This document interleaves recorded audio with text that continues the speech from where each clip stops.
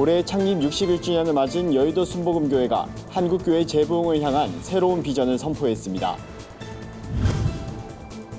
연세대학교 언더우드가 기념관이 복원된 지 1년이 지났습니다. 언더우드 선교사 가족의 헌신적인 한국 사랑을 엿볼 수 있는 기념관에 찾아가 봤습니다. 교회를 처음 방문하는 사람들에게 복음을 효과적으로 전할 수 있는 방안을 고민하는 자리가 마련됐습니다. 안녕하십니까. 구티비 뉴스입니다. 올해 창립 61주년을 맞은 여의도 순복음교회가 70주년을 향한 새로운 비전을 선포했습니다. 철저한 제자 훈련을 중심으로 교회의 소명인 복음 전파에 집중하겠다는 계획인데요. 한국교회의 재부흥을 일으킬 견인차 역할을 할 것으로 기대됩니다. 오현근 앵커가 보도합니다. 여의도 순복음교회는 새로운 도약, 희망의 70년을 주제로 최근 재직과 봉사자들을 위한 특별 새벽 기도회를 진행했습니다. 이영훈 목사는 교회가 더 큰 비전을 갖기 위해선 복음을 전하는 일에 집중해야 한다고 강조했습니다.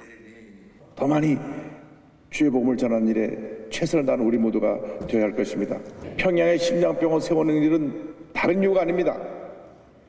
그것이 복음의 센터가 되기 위해서 병원을 세우는 것입니다.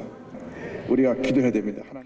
이를 위해 교회는 한국교회의 재부흥의 동력이 될 10,000명의 일꾼을 양육하겠다는 계획을 밝혔습니다. 섬김의 리더십으로 제자된 삶을 실천할 10,000명의 일꾼을 키워 한국교회 100만의 성도를 제자화하겠다는 겁니다.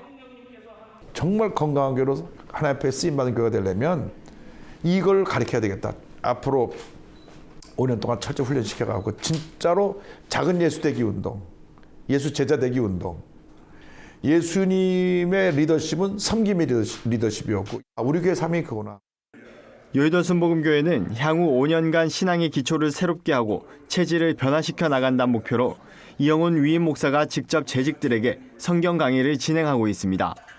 교회가 오순절 성령 운동을 강조하고 있는 만큼 이 목사도 절대 긍정의 믿음을 재직들에게 특별히 주문하고 있습니다.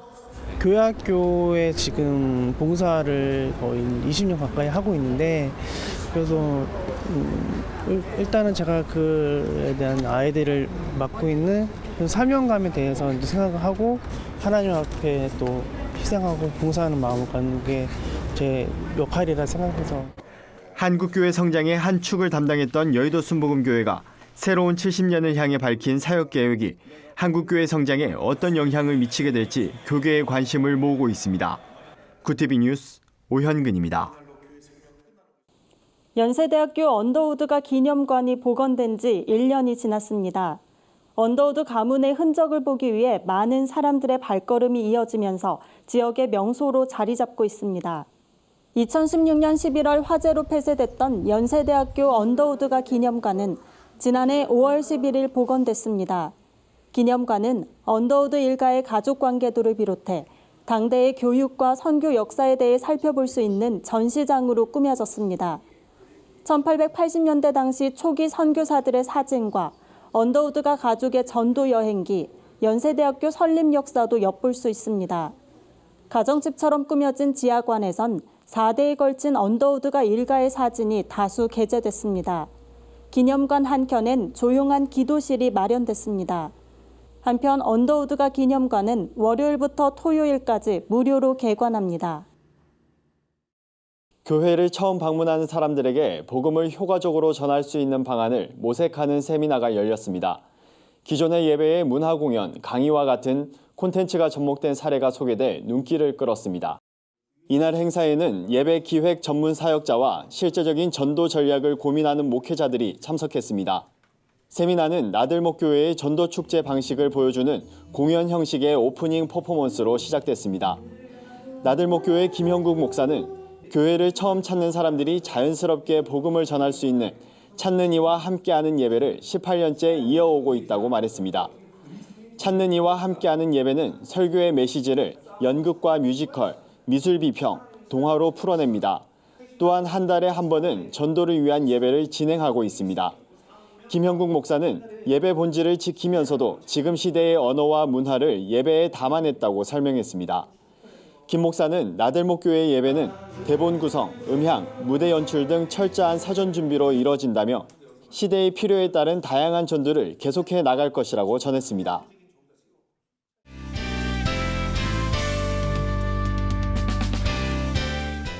세상 속 크리스천들의 다양한 이야기를 만나보는 네포난의 교회입니다. 첫 번째 소식입니다. NGO 단체인 사랑광주리가 독거 어르신에게 찾아가는 행복사진으로 특별한 시간을 선물했습니다. 전문 봉사자들이 중랑 노인복지관에서 80여 명의 어르신에게 이미용과 영정사진 촬영 봉사를 통해 따뜻한 마음을 전달한 건데요. 메이크업과 헤어로 꽃단장을 마친 어르신들은 카메라 앞에서 환하게 미소를 지었습니다.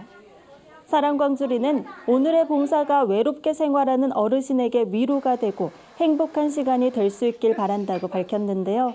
어르신들도 봉사자들에게 연신 감사 인사를 전하며 고마움을 표했습니다. 이번 행복사진 봉사활동이 봉사자들과 어르신 모두에게 의미 있는 시간이 됐을 것 같습니다.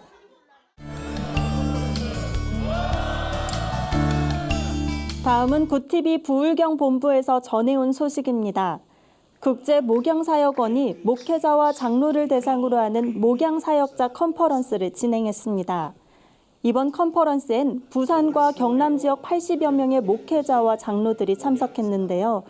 컨퍼런스에서 강의를 전한 최홍준 목사는 헌법에서 말하는 장로의 모습에 목양이 제일 먼저 언급돼 있다며 행정사업보다 목양이 앞서야 한다고 강조했습니다. 이어 성도들이 장로를 부모와 같이 존경하고 장로와 목사는 성도를 자녀와 같이 돌볼 때 교회가 부흥할 것이라고 덧붙였는데요. 목회자와 장로들에게 하나님의 사랑을 다시금 회복하는 소중한 시간이 됐길 기대해 봅니다. 마지막 소식입니다. 백석대학교와 백석문화대학교 보리생명미술관이 작가 3인의 초대전 꽃, 나무, 물, 그림으로 피어나다를 진행 중입니다. 전시엔 김종원, 이근화, 이정화 화백이 초청됐으며 자연물을 소재로 한 개성 있는 작품을 만날 수 있습니다. 작가들은 하나님께서 만드신 자연의 생명력과 따스함을 작품에 담아냈다며 이번 전시를 통해 많은 사람들이 힘을 얻길 바란다고 강조했습니다.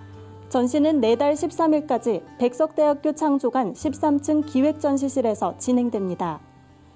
네포난의 교회는 시청자 여러분의 제보를 기다리고 있습니다. 함께 나누고 싶은 영상이 있다면 전화나 이메일로 참여해 주시기 바랍니다. 네포난의 교회 한혜인입니다. 오늘의 사회 이슈를 김민주 기자가 종합해 드립니다. 오늘의 이슈 포커스입니다. 이낙연 국무총리는 게임 중독이 질병으로 분류되는 것과 관련해 논란이 예상되자 진화에 나섰습니다. 이 총리는 보건복지부와 문화체육관광부가 조정되지 않은 의견을 말하고 있다며 충분한 논의를 거친 뒤 합리적인 방안을 찾을 것이라고 말했습니다. 세계보건기구의 국제질병 분류 개정안은 2022년 1월부터 각국에 권고적 효력을 미치지만 국내에는 2026년에나 도입이 가능할 것으로 예상됩니다. 이 총리는 관계부처에 게임 산업 발전을 위해 다양한 지원을 지속하라고 지시했습니다. 여당과 정부가 미세먼지 대책의 일환으로 여의도 100배 면적의 땅에 도시공원을 조성하겠다고 밝혔습니다. 해당 부지는 지자체가 도시계획상 공원으로 지정했지만 재정 부족으로 20년간 사들이지 않는 사유지입니다. 정부는 이 중 220제곱킬로미터를 공원으로 만들어 나무 1,100만 그루를 심을 계획입니다. 국토부는 공원 조성이 4,400만 명이 1년간 숨쉴 수 있는 공기를 생성하고 연간 396톤의 미세먼지를 흡수하는 데 효과가 있을 것이라고 설명했습니다. 삼성전자가 전력반도체 시장 공략에 나섰습니다. 삼성전자는 28일 업계 최초로 전력전달 제어 반도체와 보안칩을 하나로 통합한 제품 SE8A를 공개했습니다. 전력전달 제어 반도체는 충전기에 내장되는 제품으로 SE8A 모델의 경우 면적을 줄이는 동시에 설계 편의는 높인 것이 특징입니다. 또한 암호화 기반 인증 프로그램을 지원해 악성 코드로 인한 전자기기 해킹과 데이터 손상을 방지합니다. 삼성전자 관계자는 안전하고 효율적인 고속 충전 솔루션에 대한 수요가 늘고 있어 SE8A를 통해 새로운 시장을 열겠다고 밝혔습니다. 국내 연구진이 뼈 항상성 조절에 관여해 골다공증을 막는 핵심 인자를 발견했습니다. 한국연구재단은 28일 류재황 전남대 교수와 허윤현 광주과학기술원 교수 공동연구팀이 뼈 형성 및 흡수 장애를 조절해 골다공증을 막는 치료법을 제시했다고 밝혔습니다. 골다공증은 고령화 사회에서 흔한 질병이지만 현재 처방되는 약물은 부작용을 일으키거나 이미 진행된 골다공증은 회복시키지 못하는 한계가 있습니다. 연구팀은 비정상적인 골 흡수와 골 생성 장애에 따른 폐경기 여성 골다공증 치료법 개발에 새로운 실마리를 제공할 것으로 기대했습니다. 구티비 뉴스 김민주입니다. 주요 단신입니다. 선거 청탁 명목으로 예장합동 총회장에게 돈을 건네 재판에 넘겨진 김영우 전 총신대 총장에게 징역 8월에 실형이 확정됐습니다. 대법원 2부는 배임 증제 혐의로 기소된 김 전 총장의 상고심에서 원심 판결을 확정했습니다.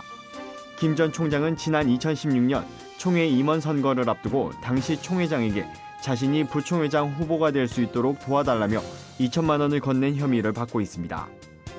라이프오프가 자살 예방과 생명 존중 문화 확산을 위한 살사 힐링 콘서트를 개최한다고 밝혔습니다. 살자 사랑하자란 의미를 담고 있는 콘서트는 4대 종교와 서울시가 함께 진행할 예정입니다. 콘서트에선 삶과 죽음에 대한 열린 토크 시간과 샌드아트 공연, 기도문 낭독 등의 순서가 마련됩니다. 행사는 오는 30일 한국불교역사문화기념관에서 열릴 예정입니다. 가수 조성모 씨가 첫 CCM 앨범을 발매했습니다. 조 씨는 가수로 활동해온 지난 20년을 회고하며 그리스도의 편지로 살겠다는 결심과 감사를 담았다고 밝혔습니다.